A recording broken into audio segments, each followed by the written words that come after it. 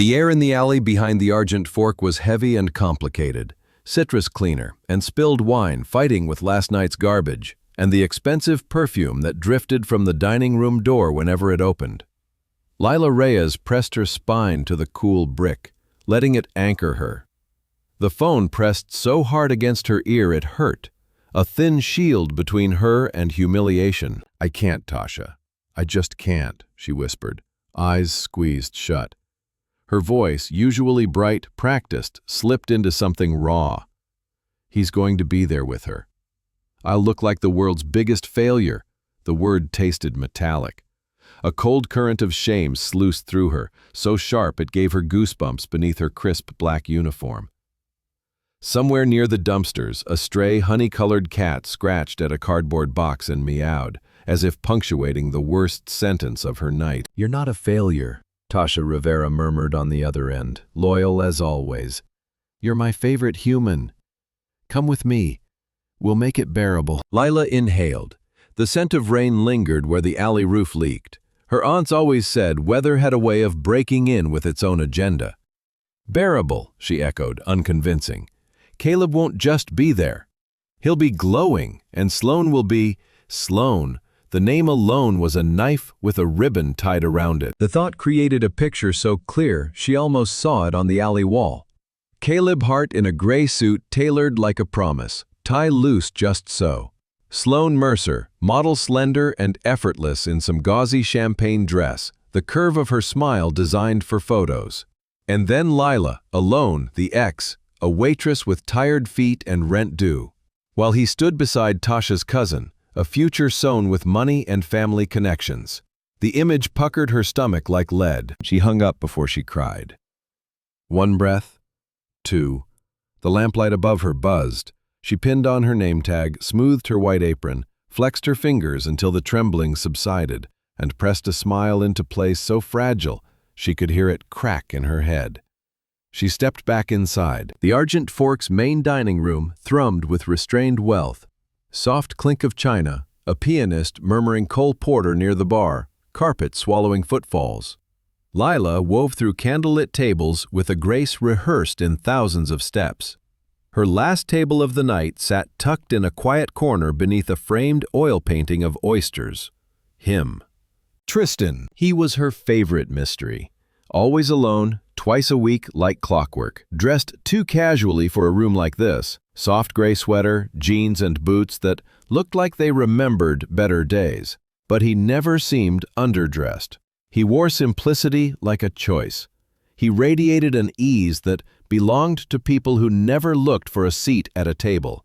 The table made space for them. He looked up when she approached, and even after all this time, the blue of his eyes startled her. Deep and clear, with edges that warmed when they found her. "Rough day, Lila?" he asked, voice low, gentle. Not a trick, not flirtation, a bridge. Her knuckles were white where they gripped her order pad.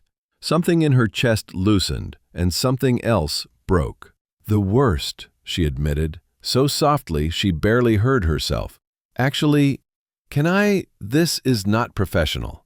Words spilled like water finding a crack. She heard herself telling him about Tasha's text, about Caleb's wedding to Sloan, about the fear of standing in that reception hall as if she'd been placed there for comparison, about the weight of all her choices, heavy as plates, up her forearms. He listened the way people rarely did, without interruption, without glancing away. No pity, no bored sympathy, just presence. It made the tiny orbit of light around their corner table feel apart from the restaurant, separate from everything. She was a pair of hands in this room to most. To him, she felt like a person standing on the far side of her own glass. When her voice fractured and then stopped, she braced for the polite thing, the quick reassurance designed to move things along, to close the tab. Instead, a wild thought sparked, reckless and fizzy, a little drunk on desperation. He felt safe and kind and, she'd convinced herself, ordinary. She leaned on the table. "Tris," she said.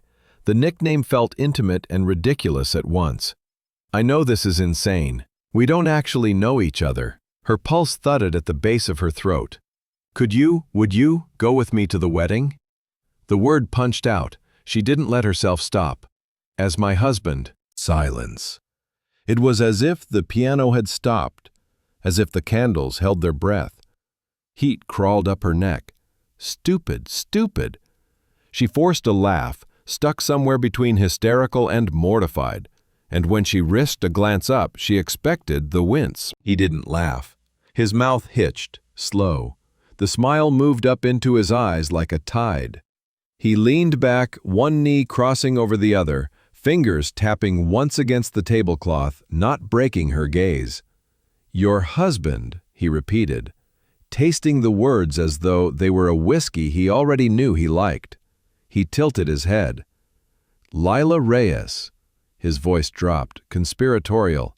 "That is, unequivocally, the most interesting proposal I've had all year." He leaned in.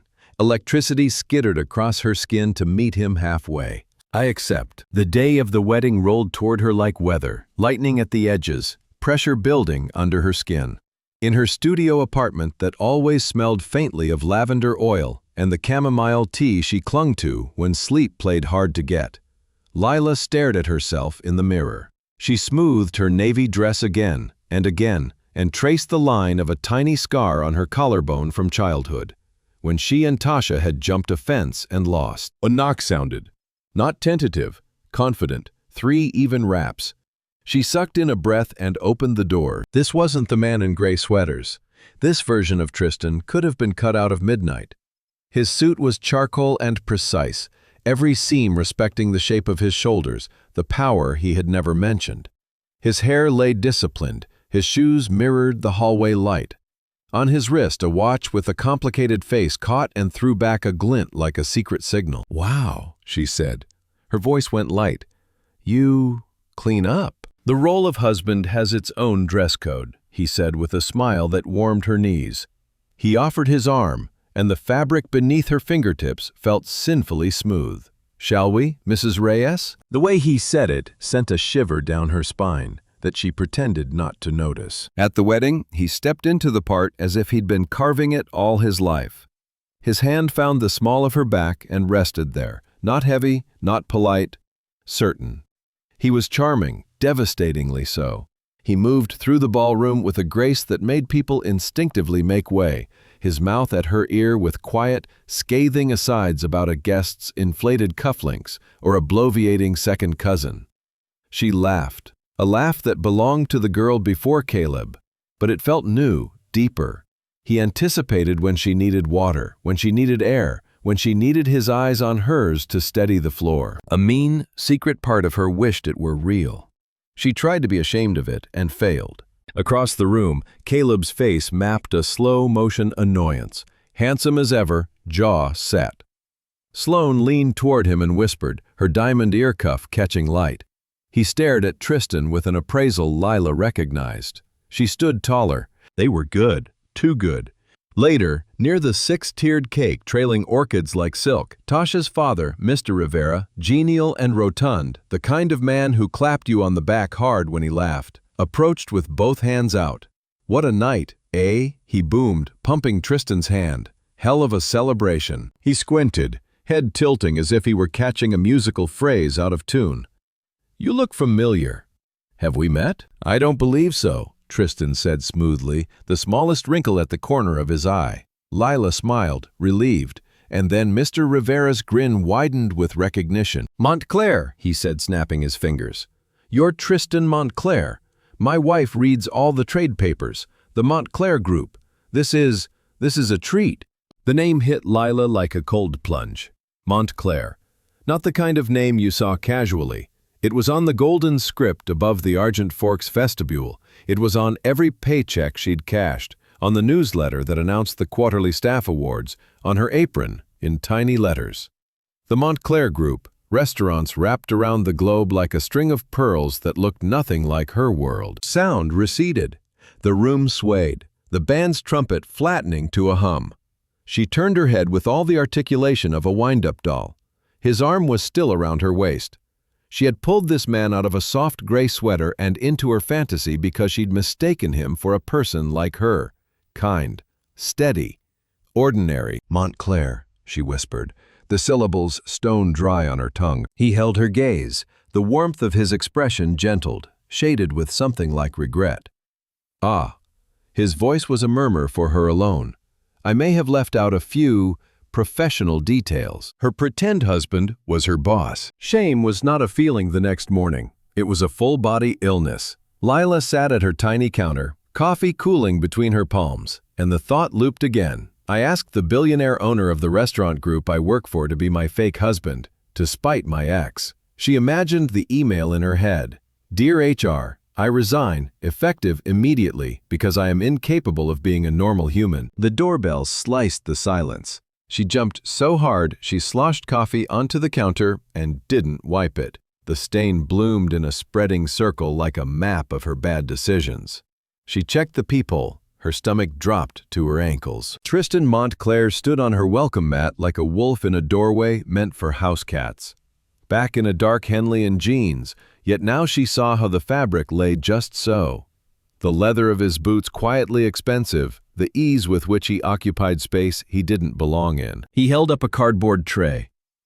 "Truce," he said when she opened the door. "I brought coffee." Then, with that infuriating humor curving his mouth, "We should talk about the terms of our marriage." She stepped back, masking panic with sarcasm.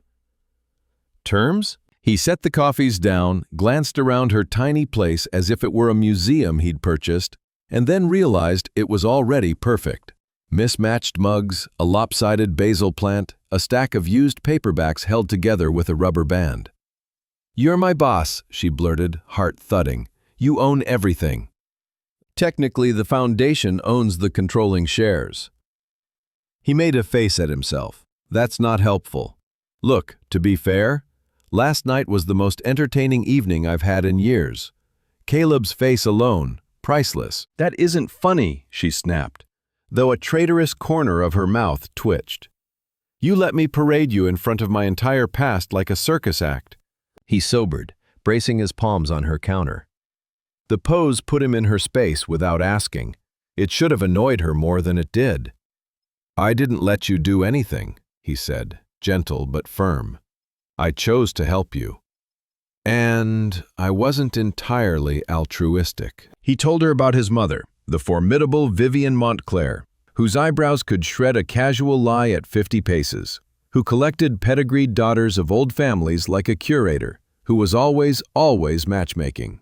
How every holiday was a parade of bright smiles and family crests disguised as conversation. How he'd refused to be a commodity. "They're portfolios," he said with a tiredness that seemed to soften his bones. "Lineage with a dress code. My mother calls it stability. I call it unbearable." He straightened, meeting her eyes. Purpose flickered. "So, I have a counter-proposal. You needed a husband for a night. I need a wife for one weekend. My parents' anniversary, Martha's Vineyard, 2 weeks from now." A smile ghosted across his mouth, wicked and boyish, completely at odds with the man whose name she'd read in headlines. "Come with me. Pretend to be my wife.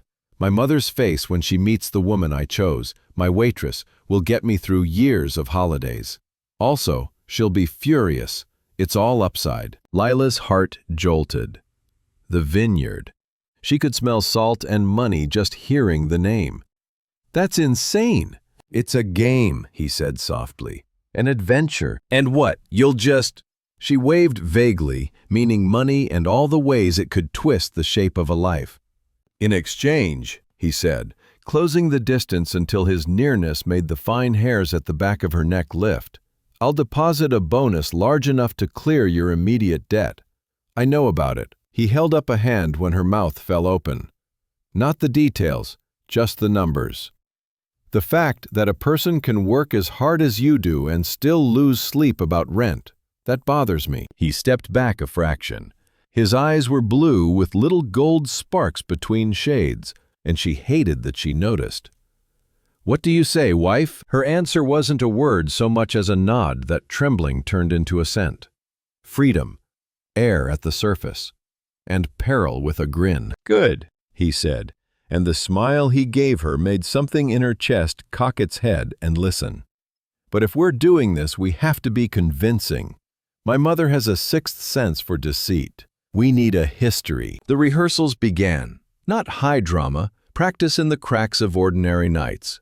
He arrived the next evening in a sleek black car driven by a man who called him Sir without embarrassment. They ate in a tiny restaurant tucked into a cobblestone side street Lila had never noticed before. Candles dulled the silver, wine slipped velvet down her throat. "Every couple needs a spot," Tristan said, tapping his glass to hers. "This can be ours." He made her laugh with a line about a man at the next table who buttered his bread like he was sanding it. She told him how, as a kid, she used to crawl under cafe tables to rescue pennies and dropped napkins.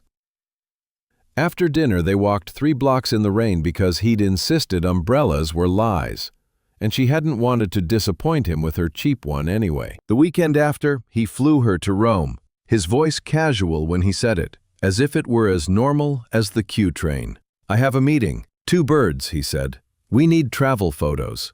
Couples have photos." They walked along the Tiber as the city steamed from a sudden afternoon shower, his arm loose across her shoulders. He took a selfie mid-laugh. She had never liked her smile more. Under the floodlit curve of the Colosseum, she could hear the crowd it remembered, the metal taste of ancient adrenaline in the air. He reached for her waist for the camera almost absent-mindedly, and the heat that bled through coats was not a lie at all. That feeling, belonging, salted her ribs. It thrilled and terrified. Because the most dangerous part of their preparation wasn't the staged romance. It was what they learned in the quiet. He began coming over in the evenings. "We have to know the small things," he insisted, dropping onto her lumpy couch with a contented sigh that made her suspicious it might be the first real sigh he'd let out in weeks. "Your favorite movie, the terrible story behind this extremely ugly mug. World's okayest barista, by the way. What I order in the morning." They watched old black and white films and argued amiably about whether Cary Grant or Jimmy Stewart would make a better neighbor. He confessed loneliness she recognized in her own soft places, the isolation of being looked at and never into. Money, he said, made a sound when it entered a room, and it often drowned out everything human. The Montclair fortress around him, built from lawyers and expectations, was solid.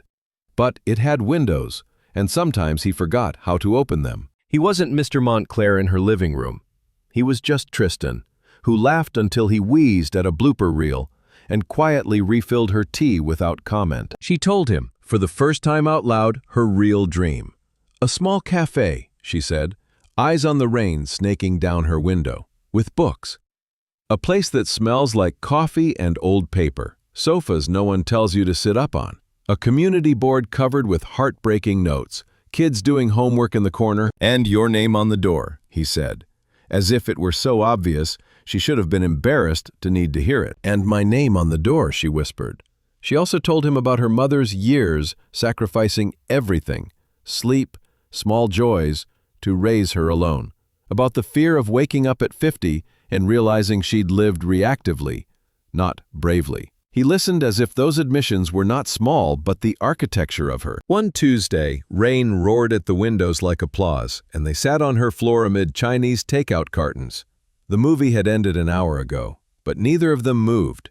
The thin, late-night air loosened them. He stared at the neck of his beer bottle. "No one just sees me," he said, voice roughened. "They see the name, the money. They see their own good fortune reflected back. It's like being on the other side of a glass wall." "I know," she said, surprising herself. "At the restaurant, I'm hands. A smile with a tray. I exist for convenience." He lifted his gaze, sharp and soft at once. "I never saw you that way," he said. "Not once." The room shifted. The rain hushed. They weren't a boss and an employee. They were people, balanced on the thinnest part of a truth. He stood abruptly, as if he'd heard himself and it scared him. "It's late," he said, the words stiff in his mouth. "I should go." He walked to the door, paused, hand on the knob. The silence filled with everything neither dared say. "Tris," she whispered. He turned his head, a silhouette cut from light. The pull between them was its own gravity. "Good night, Lila," he said, and left her in the quiet with her heart behaving like an animal she didn't know how to calm. Martha's Vineyard came wrapped in moneyed fog. In the back seat of his car, leather brushing against her calves, silence hung between them that wasn't empty. It was crowded, with the rain night, with what they hadn't allowed. Each remembered that late, quiet almost. Each tried to keep it from showing. The Montclair estate loomed like a private museum with a lawn, columns, stone, a foyer larger than her entire apartment. Glossy floors reflecting a chandelier made of what looked like 1,000 teardrops. Lila's courage shrank and then flared as Tristan's hand found hers with a squeeze that was both instruction and promise. "Ready?" he murmured, brushing his thumb over her knuckles, an accidental caress that wasn't accidental at all. "No," she whispered. The truth loosened her shoulders. His answering smile was small and honest. The heavy door swung open before they reached it, revealing Vivian Montclair, tall and elegant in a cream cashmere dress that could have paid Lila's rent twice over, silver hair gathered at the nape of her neck, face carved from winter. She wore disapproval like perfume. "Tristan." "Late," she said. Her eyes, Montclair blue without Tristan's softness, slid over Lila in a cool calculation that felt like a scale. "Mother," he said, toned silk over steel, pulling Lila in with him. "This is Lila, my wife." If Vivian flinched, it happened deep under ice, her mouth tightened by a millimeter. She extended a hand that was cool and dry. "So," she said, almost smiling, almost not. "You are my son's surprise." The weekend became a marathon of social finesse. Vivian was a world-class practitioner of the compliment that sliced at the wrist. "That's a lovely dress," she observed that night at dinner, eyes flicking over Lila's carefully chosen but off-the-rack navy. "It's refreshing to see someone unbothered by designer labels." She asked questions like chess moves. "What university did you attend? Your family, are they in finance or the arts?" Questions designed like doorways she did not intend to let Lila pass through. Tristan, to his eternal credit, was an unflinching shield. "Mother," he'd say, lazy in a way that warned, "Stop interrogating my wife. She might realize she's made a mistake," and winked at Lila like they weren't both concentrating hard enough to make their heads ache. His hand found her knee under the table, heat and reassurance. He laughed at her jokes like he hadn't heard them in yesterday's rehearsal. Every gesture stitched their lie tighter and wove something real beneath it. It unraveled anyway. Almost. The second night, at the long dinner table glittering with crystal and portraits of ancestors who seemed to be judging the roast, Vivian shifted from elegance to attack. "Tell me, Lila," she said, voice carrying easily, cutting cleanly. "How did a woman like you meet a man like my son? How did you catch him?" The question hissed beneath the linen. Silence rippled. Heads turned. Lila felt her pulse in her throat, her wrists everywhere. She opened her mouth. Nothing came. Tristan squeezed her hand once, and when he spoke, his voice had the cadence of a story told in firelight. He told them he'd been caught in a sudden downpour, ducked into the first doorway he could find, a dusty bookstore that smelled like dust and vanilla. He saw her seated in a threadbare armchair, her face lit like a small sunrise by a shaft of afternoon sun, lost so completely in a book that he waited 10 minutes, just to watch wonder move across her features. He pretended to be interested in a book on the shelf beside her to start a conversation. He said the title out loud. He said it like someone remembering his first prayer. The table went quiet, in that charged way rooms do when they recognize romance. Lila stared at him, stunned. It was so beautiful it almost hurt. The most exquisite lie she'd ever been given. Later, in the guest suite they shared, but did not share, she pressed fingers to her sternum as if to hold something in. "That story," she said. "It was beautiful." He turned from the window, where the manicured garden spread like a map. In the soft light, he looked nothing like a CEO. He looked like a man very tired of being one. "I didn't invent all of it," he said, voice low, rough around the edges. He took a step toward her. "The part about being utterly captivated by a woman in a place I least expected it. That was true." The confession felt like lightning with nowhere to go. The space between their rooms, connected by a heavy oak door with a lock too old to be trustworthy, became a joke only they understood, an opening they felt in their bones. Every night, Lila lay awake and watched that door instead of sleeping, wanting, fearing, wanting again. The next afternoon, the anniversary party spilled onto the lawn, laughter and strings rising into warm air that tasted like lemon tart and money. Lila, lost for a minute in a sea of satin and navy blazers, found herself corralled by Vivian and two friends with eyes sharp as beaks near a rose arbor. The questions were gentle paper cuts. "And your family, dear?" one asked. "Are they in business, perhaps?" "My father was a builder," Lila said, lifting her chin.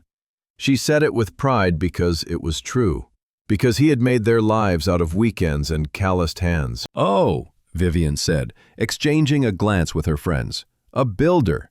The word slid out and landed in Lila's lap like something not quite clean. How quaint! Heat flushed Lila's cheeks. Her smile tightened until it hurt. Shame stung her eyes, the familiar kind, the childhood kind. She felt 12 again, wanting to run and not knowing where. Across the lawn, Tristan's attention rose like a dog catching a scent. He excused himself from a conversation with a senator with such efficiency that the man blinked at his absence. Tristan moved with lethal grace, a shift in the air that made people step aside without noticing they had. He reached Lila's side and slid his arm around her waist, pulling her back against him in a gesture that said mine in a language older than any of them. "Excuse us, ladies," he said, smiling with his teeth while his eyes went to stone. "I need to steal my wife." He didn't wait for permission. He led her to the center of the lawn and turned her to face him. "Are you all right?" His voice was low, for her and only her. "I'm fine," she said automatically, and her voice trembled. "No, you're not." He cupped her face with both hands. The world narrowed to blue eyes and warm palms and the drum of her own heart. "Don't ever let them make you small, Lila," he whispered, fierce now. "You are the most magnificent person in this garden." It should have been the end of it.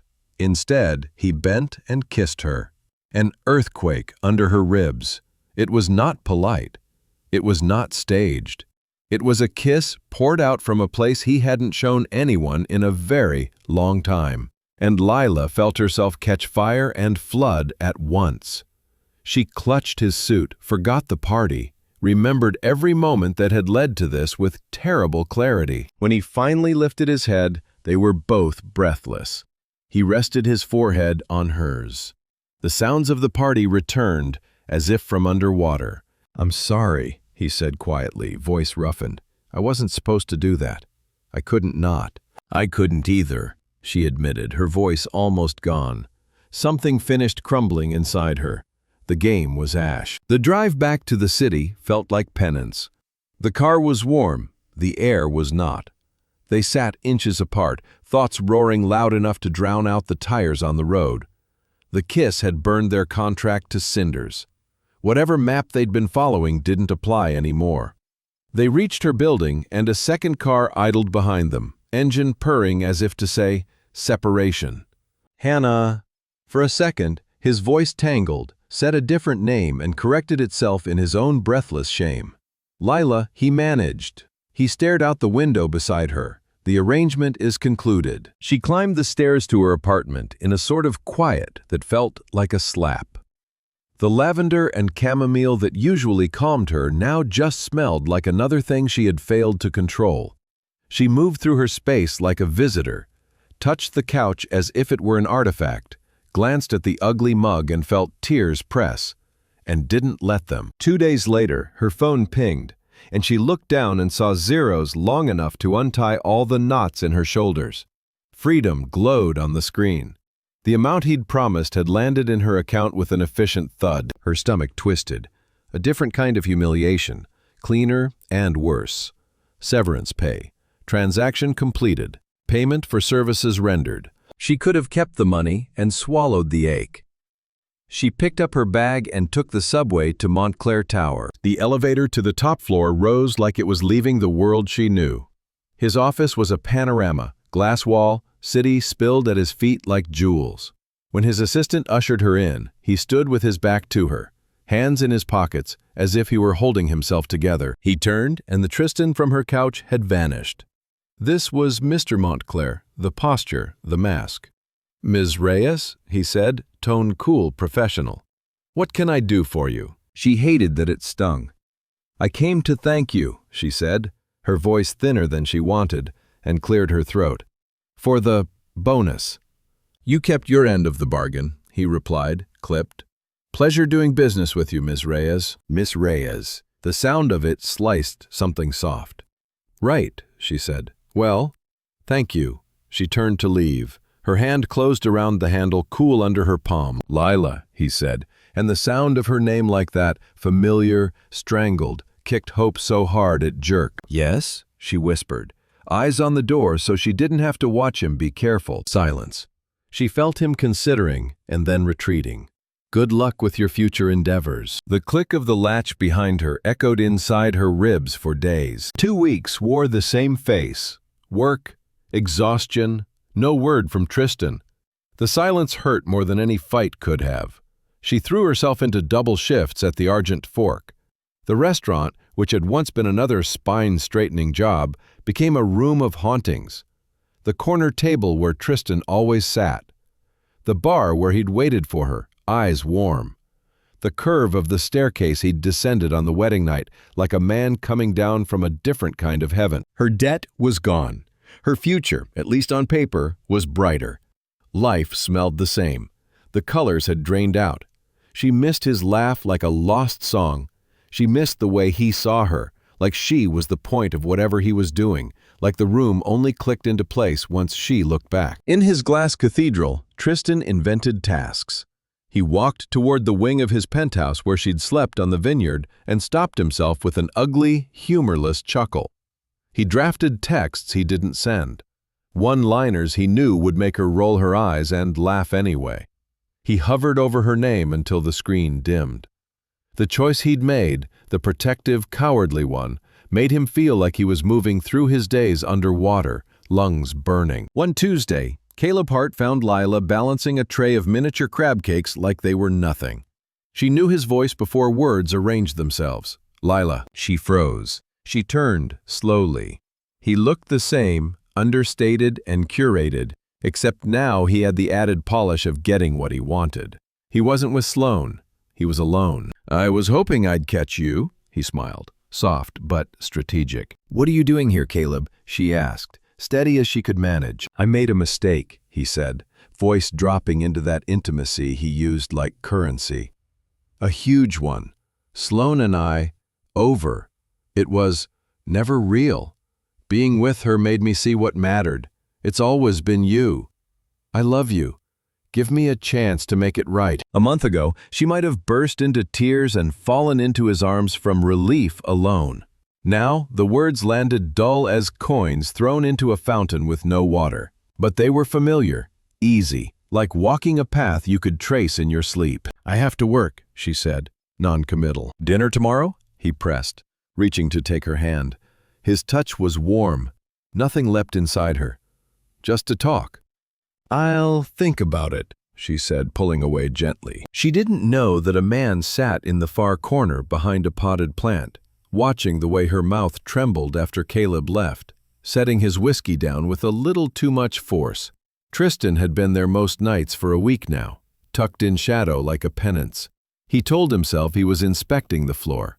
He was there to watch her breathe. He watched Caleb's fingers close over hers, and the minute flinch Lila couldn't hide. He watched her not say no. It broke something in him he hadn't realized was still intact. Jealousy was a new ritual in his life, poison and heat, and it shook him free of logic. He placed a call with fingers that felt numb and sure at once.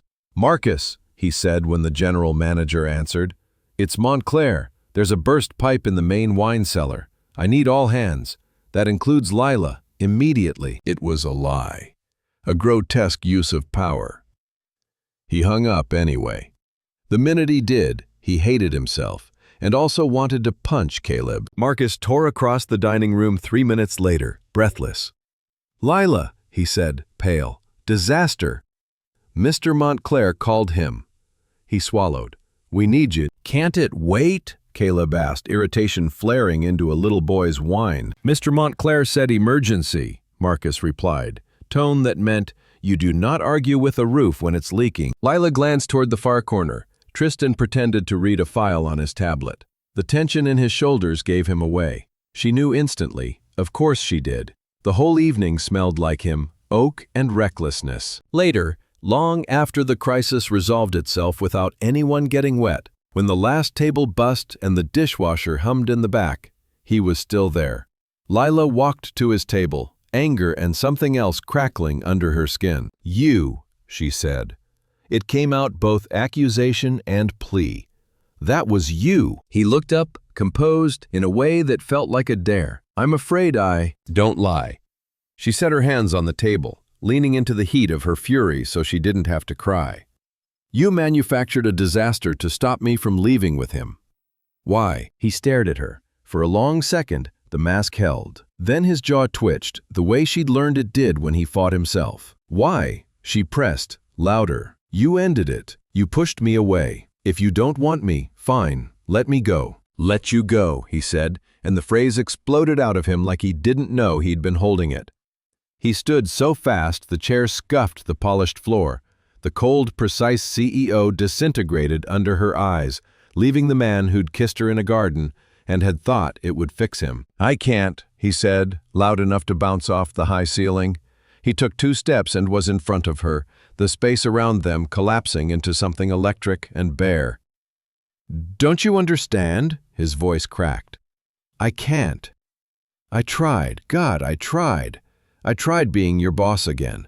I tried pretending that weekend was just strategy. It's torture. Every day is a shape I don't fit." He crowded her and then checked himself, hands fisting and releasing at his sides, as if touching her might undo him. "I come here to watch you walk, to hear you laugh with Tasha, and then I see him touch your hand and I feel..." He stopped, swallowed. "I feel like I'm being torn apart.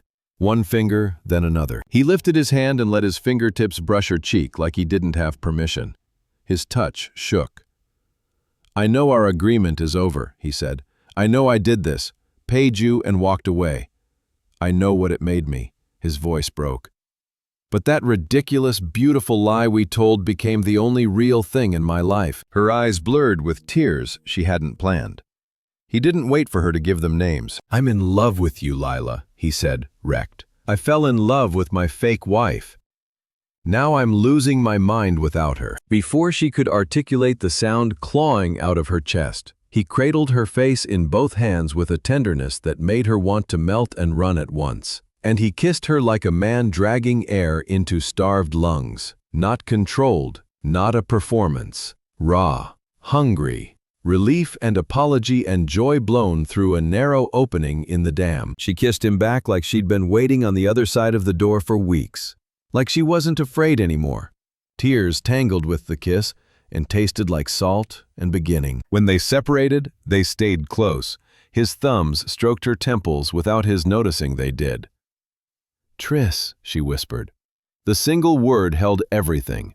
Wonder and hurt, hope and warning. He searched her eyes, and she saw it there, underneath the love, fear. The fragile animal of it, the knowledge that when you place your heart down and step back, someone could still crush it with one thoughtless motion. The next day, the world looked the same and felt altered wherever she was. His confession had cracked the egg of their story. It felt soft and precious, and it could still fall. That afternoon, her phone buzzed with a text from Caleb. "Dinner tonight, our place, let's talk. I love you. Let me try again." A week ago, it would have lured her. Now, it irritated. It also forced clarity. She didn't answer. She took the elevator up Montclair Tower again with purpose, jogging beside her like a friend. He stood behind his desk, hair rumpled in a way that said he'd had his hands in it, eyes rimmed with too little sleep and too much hope. "Lila," he breathed, like a prayer let out before a match's result. "I heard you," she said, stopping with the desk between them like a river in spring. He exhaled, the edge of a smile starting. "I know you said you love me," she cut in, gentle and unyielding. "But words aren't enough. Not anymore." He flinched like she'd reached over and tapped him with a ruler. "You built a fantasy, and it was beautiful. Then, when it scared you, you hid from it. You used me in a war with your mother, And when you panicked, you paid me. You turned love into a line item." He closed his eyes once, pain flickering. "If what you feel is real," she finished, steady, "you have to show me. Not with money, not with power." "What do you want me to do?" he asked, helplessly, stripped of armor. "Tell me and I'll do it." "That's the point," she said. The love she felt for him opening, letting strength in. "I'm not a problem to be solved. I'm not a box you tick with a donation. You have 24 hours to figure it out. Show me you see me, not what I do for you, me." She turned, hand on the handle. "And if I can't?" His voice was hoarse. He looked smaller across the desk and more human. "Then I move on," she said softly. "For real." He stood in his office after she left, the city glittering on its belly like a beast outside his glass. He could solve anything. Supply chains, lawsuits, reputational crises, with a phone call and a carefully placed lunch. This was different. He paced his penthouse, a caged animal with the wrong keys. No diamonds. That would be a transaction dressed as a promise. No racing her around the world. That would be a distraction disguised as romance. No press release, no public apology. His ego wanted to roar. He told it to be quiet, and, for once, it listened. He sat hard, closed his eyes, thought of her couch, her tea mugs, the way she'd breathe in when she talked about, of course, her little world, her cafe, her books, her name on a door. Not his name, not his story, hers. He felt something click into place inside him, the way a joint slides home after being out too long. He started calling people before dawn. He didn't ask for favors, he paid for services. He moved like intention. His lawyer, yes. His broker, yes. The architect he trusted to listen more than talk. He wasn't paving a road to lead her to his world. He was clearing a lot and erecting scaffolding so her world could exist. At the Argent Fork the next evening, Lila moved through her shift like she was underwater again. But this time, it was the quiet before a storm breaks. No call, no text. The 24 hours ticked toward nothing. She sighed. Of course, she'd known. She clocked out and stepped into the evening air. A courier intercepted her. A woman in a waxed jacket with a messenger bag and a watch that said she was always precisely on time. "Ms. Reyes?" the woman asked, polite and breathless all at once. "For you." The envelope was heavy. Her hands shook as she opened it on the sidewalk under a street lamp that made the world feel theatrical. Not flowers, not a letter. Documents, serious, official. First, the deed to a narrow commercial property on a leafy corner in Cobble Hill, her favorite neighborhood for aimless walks and stolen pastries. Then, business licenses stamped approved, permit forms signed, a city map with a tiny X scrawled on a corner lot where a shuttered antique store had sat for months. At the bottom, a roll of blueprints bound with twine. She opened them on a bench. The paper smelled like ink and possibility. The title block read the name she never dared write herself, Lila's Nook. The floor plan cut into her like sunlight. Counter here, shelves there, a cluster of mismatched chairs by the bay window with the good light. A tiny corner with a low shelf for children's picture books and bean bags like clouds. She let out a sob that startled a pigeon and didn't care. A small card slid out from the blueprints and landed in her lap. In his handwriting, sharp, decisive, he had written, "I don't want to give you my world. I want to help you build yours. And if you'll let me, I'd like to drink coffee in it for the rest of my life. Yours, if you want me, Tris." Tears came hot and unapologetic. Not relief, not exactly joy, something else. Being seen, like an answer. He hadn't bought her. He'd believed in her enough to risk being told no. She didn't walk, she ran. Her cab flew across the bridge, the city a smear of lights. She flew into Montclair Tower without checking herself in the mirrored elevator walls. The private elevator hummed up. When the doors opened, he was at the glass again, as if he'd been standing there not for 24 hours, but for a lifetime, waiting for something to appear in the night. He turned. Tension set his mouth. He looked like a cliff after a storm newly carved, a little dangerous. She stopped a few feet away and held up the envelope like a talisman. "This is..." She couldn't find a word that held all the pieces. Everything. "It's yours," he said. The words were quiet and shook a little. No strings. No contract. "Even if you choose him," his jaw flexed, but he got it out. "I want you to have your dream." She took 2 steps. The invisible wall he kept around himself was there, then she stepped through it. "There is no him," she said, voice firm and clean. "There never really was." She tucked the envelope under her arm and lifted her chin, but there is one condition. He would have given her half his empire with a swipe of a pen. Anything. "You'll be my partner," she said, "my business partner." She smiled when confusion flickered. "I don't know what I don't know. You do. I have vision. You have experience. We do it together." She pressed a hand to his chest, where his heart punched against his ribs. "Partner in business," she whispered, mouth curving, "and in life." Relief rolled over his face like a wave that finally found shore. He hauled her against him and breathed yes into her hair, yes into her neck, yes against her mouth when he kissed her. It wasn't desperate, not this time. It was a long, low exhale of a man who finally let go of a weight he'd believed was part of his spine. The months that followed were the best kind of chaos. They became a team that felt inevitable. Tristan handled permits and contractors and supplier negotiations without ever taking the reins from her hands. He learned to say, "What do you think?" and mean it. He argued for a second oven. She fought for a vintage pastry case because seeing scones behind curved glass made life sweeter. He delivered both. Lila bloomed. She chose paint that felt like warm cream. She stood at the counter one afternoon and cried because the espresso machine hissed like a dragon waking up, and it felt like starting. She hunted flea markets and estate sales for chairs that had stories and needed new readers. She curated a wall of books that were love letters to different parts of the city and people in it. She made a leave a book, take a book shelf because she believed in generosity as a business model. They worked until they were dust-covered and sore, and then fell on the couch with takeout containers and gave everything a name before bed. Things like the milk frother and the breadboards and the plant near the window that unfurled new leaves like a shy child. They learned how to disagree without walking away. They grinned across paint-speckled noses and said things like, "We're ridiculous," and didn't care because being ridiculous hadn't felt safe before this. One afternoon, as they unpacked a shipment of classic paperbacks and the room smelled like cardboard and pine from the new shelves, the door opened. Vivian Montclair stepped into the half-finished space, a slash of impossible elegance in a room with sawdust on the floor.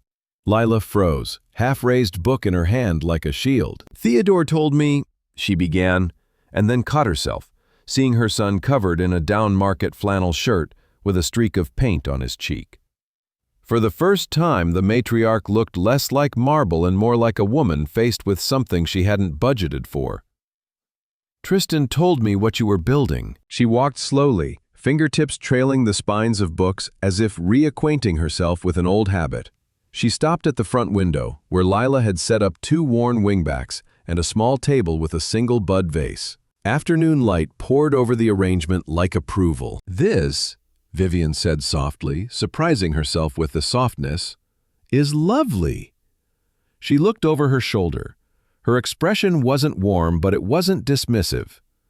"You have a good eye, child." Shock made Lila laugh. "Thank you," she said, and realized she meant it. Something shifted then, not a floodgate, a hinge. Opening day felt like the city had decided to hug them. The bell on the door jingled relentlessly as people carried in sunshine and stories with them. Tasha cried 3 times before lunch and then made a speech that made everyone cry along. The air smelled like coffee, cinnamon, old paper, and maybe, if you believed in ghosts, the breath of every story on the shelves. Vivian and Tristan's father, a charming man with an old-fashioned fondness for bad jokes, sat by the window and actually looked content. Lila looked up at one point and saw Caleb Hart pass by on the sidewalk. Their eyes met through the glass. He took in the chalkboard menu with its neat handwriting, the customers packed like books in a beloved shelf. The man who came up behind her and tucked his arm around her waist as if it had always been there. Something flickered across Caleb's face. Regret, maybe? Or realization? Then he kept walking, a ghost allowed to leave. Later, when the room settled into a full hum, Tristan tapped a spoon against a glass. "A quick toast," he said, voice warm enough to melt butter. He scanned the room with love in his gaze and found her with it. "To the woman who taught me that the best venture is not about profit, and the best adventure isn't a game," he said, and Lila had to swallow hard. "To the person who showed me that true wealth is choosing who you'll share every morning coffee with." He climbed down from the step stool, their makeshift stage for poetry nights, and walked to her through the crowd. People turned and smiled, the way crowds do when something they love is inevitable. He knelt before her and the room gasped, not at the fact of it, most had guessed, but at its rightness. He opened a velvet box, not a diamond the size of an answer, but a ring with a single sapphire the color of the eyes that had made her brave. "Lila Reyes," he said, voice thick, "you are the co-author of my life story. Will you marry me, for real this time?" "Yes," she shouted, laughing through tears. He stood because she tugged him up, wrapped her arms around his neck, and kissed him into a new chapter. The bell over the door kept ringing because people kept pulling it in their eagerness to share the moment. Their wedding wasn't a society event with calligraphed place cards. They stood under an arch of autumn leaves in the small backyard garden behind Lila's nook, the breeze ruffling the pages of the books set on every table. The air smelled like cinnamon and hope, and someone's excellent apple pie. Lila's mother cried all the way through her vows, and Vivian, in a dress so simple that guests did a double take, reached over and squeezed her hand and whispered, "He is impossible. He is perfect." After they'd been kissed and clapped at and toasted, Lila tugged Tristan aside. "I have your wedding present," she said, eyes gleaming. She handed him a framed piece of thick, creamy paper, the good stationery, a contract in her writing. "The forever agreement," he read, smiling. Clause 1. Laugh loudly and often, preferably daily. Clause 2. Never go to sleep angry unless one is pretending to sleep to win the argument. Clause 3. Always make time for morning coffee, regardless of the state of the empire or the cinnamon roll count. He paused, eyes shining at Clause 4. The party of the first part, Lila, and the party of the second part, Tristan, agree that Tristan will pretend to be Lila's husband, devotedly and with extreme prejudice, forever. "This," he said, a little undone, "is the best contract I've ever seen." "It's binding," she murmured, "for a lifetime." Late that night, the cafe quiet and benign around them, chairs flipped on tables, a single lamp painting a golden puddle on the floor, he queued up a slow song on the little speaker behind the counter and drew her into his arms. They swayed in the place they'd built, the plant by the window lifting its leaves toward the moon like approval. "Who would have thought," she said against the crisp wool of his jacket, "that begging a stranger to be my husband would lead me exactly here?" "I wasn't a stranger," he murmured against her lips. "I was just waiting for you to find me." He kissed her under the watchful spines of 1,000 stories, and theirs slid onto the shelf among them. The orange alley cat leapt onto the front sill from somewhere in the night and curled into a crescent beneath Lila's sign as if he'd always belonged there. It figured. Their story had begun as a pretend thing. It turned out to be the truest one either of them would ever tell. It was a story of hope, of loss, of hope again, and then, the sweetest part, breakthrough. It was their happily ever after, and it was also, wonderfully, only the first chapter.